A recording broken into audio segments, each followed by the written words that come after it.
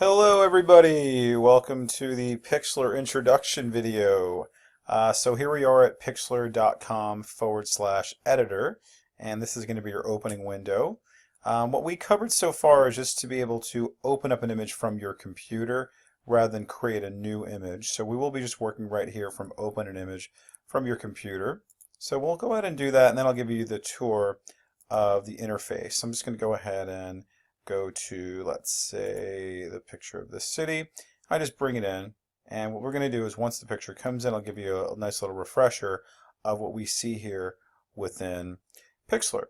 Alright, so you're going to see here, remember, on the left hand side we have our tools, and we covered just kind of a handful of them, right? We covered a little bit of our cropping tool, right? And notice as I move my mouse over it, I get the little tooltip that appears, right? It says crop tool.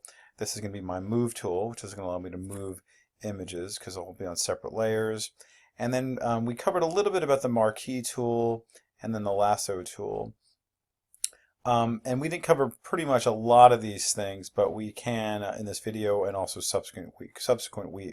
What we did cover is this text tool, so we will be working with that as well in this video. All right. Now you also remember that we worked with the navigation panel and also our layers panel. Now, if for whatever reason any of your layers ever, your panels ever go away, remember you can always go to View and then see here they are, navigation, layers. Okay, your history is down there as well, and then you can also just reset your palette location. Now, just let me warn you, putting yourself into full screen mode usually will have unpredictable and undesirable results, so I would definitely warn against that. Okay. Another thing I would recommend is, notice here's my layers panel. One of the first things I like to do is actually unlock this background layer because a lot of times it prevents us from being able to do things we want to do. So notice there's this lock icon. So all I'm going to do is simply double click on that, and then notice that lock goes to a check mark. And then I also might want to rename this by double clicking on that again, and I'll just say city scene. Okay, click away, and now let's call that. So you want to definitely start naming your layers if possible. Okay, so the other thing we did was also zoom in. So with Navigator, it allows you to kind of zoom in and out of your image, right? See that kind of thing. All right, and then when you're zooming in, you'll notice this box comes over here, this red box. This is going to allow you to kind of click and drag and navigate around that, so you can see how that could work really nicely. Okay, all right, so I'm going to go ahead and just zoom back out at just about where we started so we can see all this stuff here.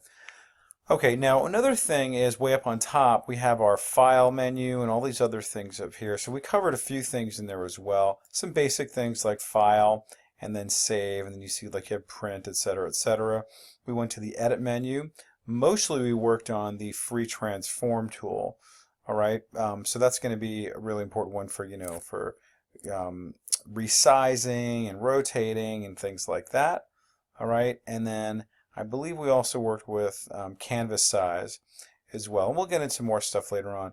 Now, another thing we worked with was bringing in other images right from the outside by going to Layer and then Open Image as Layer. So just a little review, broad stroke overview. We'll come into these in the course of this video. Okay, so let me go ahead and do the first thing that we started with, which was bringing in text. So notice again, here is my type tool. I'm just going to go ahead and click on it. Notice you get the little blue box around it, and all I'm going to do now is simply click once. And notice this appears. For some of you remember in class, it may have been a little bit lower like that. So just remember to click on the top part and just drag it up. Okay, so it just could come in sort of unpredictable places depending on where you click on the canvas. So I'm just going to go ahead and just type in city at night. Very creative title. Okay, and now I'm just going to go ahead and click OK. All right, now you'll notice that I can barely see it, which is really interesting. I have no idea where it is. It's probably too small.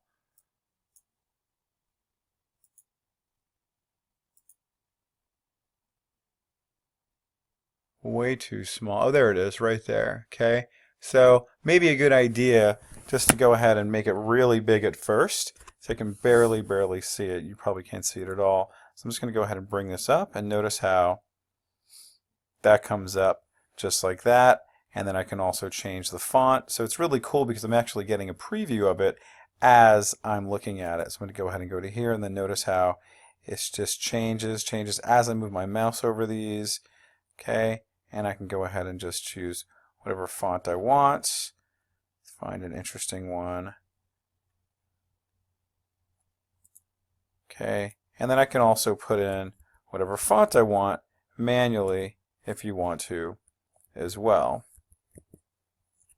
Okay, alright, so sometimes you can also bold things, whatever you want to do. Here's the color. I can go ahead and choose what color I want. I'm going to move this over so I can actually see a preview of it as I mouse over it. Here's your spectrum of different colors, right? So you see that, and you can just go ahead and choose whichever one you want. Okay? Alright, so let me maybe choose one that's a little bit more easy to see. Okay, and now I'm going to go ahead and click OK. Alright, now let's say I want to move this. Okay, I've got this here, but I'd like to put it someplace else. That's where this Move tool comes in. Okay, and remember that you want to be on the right layer when you're moving something. So now I can go ahead and move this around. Okay, now notice I can go ahead and also add in some more text. Okay, I'll go ahead and click here. All right, and I have no idea what to put here. So, bright lights, big city. Okay, all right, and again, I might want to change the color of it, and notice you can go ahead and do whatever you want. I'll just choose maybe white. Okay, now I'm going to go ahead and see. Will it let me make a bigger one? Let's see. There you go. I said 150. Let's say 190. See that? So I can go ahead and go back to my Move tool and then move this around wherever I like. Okay? So notice now I have two different layers that I'm working with here. All right? Now, notice it's really cool because the text reflects what the layers are just the same. Okay? Now, let's go ahead and bring in another image. All right? So I'm going to go ahead and bring in now another image on top of this. All right? So I'm going to go ahead and go to Layer. I'm going to say Open Image as Layer. All right? Your instinct is going to say File, Open. Very, very different. File Open is going to open up a brand new file. This is going to actually put in a new image on top of this layer. Okay, so I'm going to go ahead and just say Open Image as Layer. All right, and then I can go ahead and find another image I want to work with.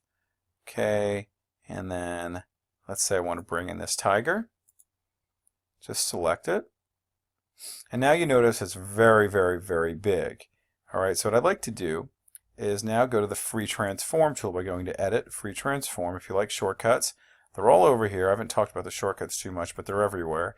And now notice I get this little bounding box that appears. It's going to allow me to then resize from the corners.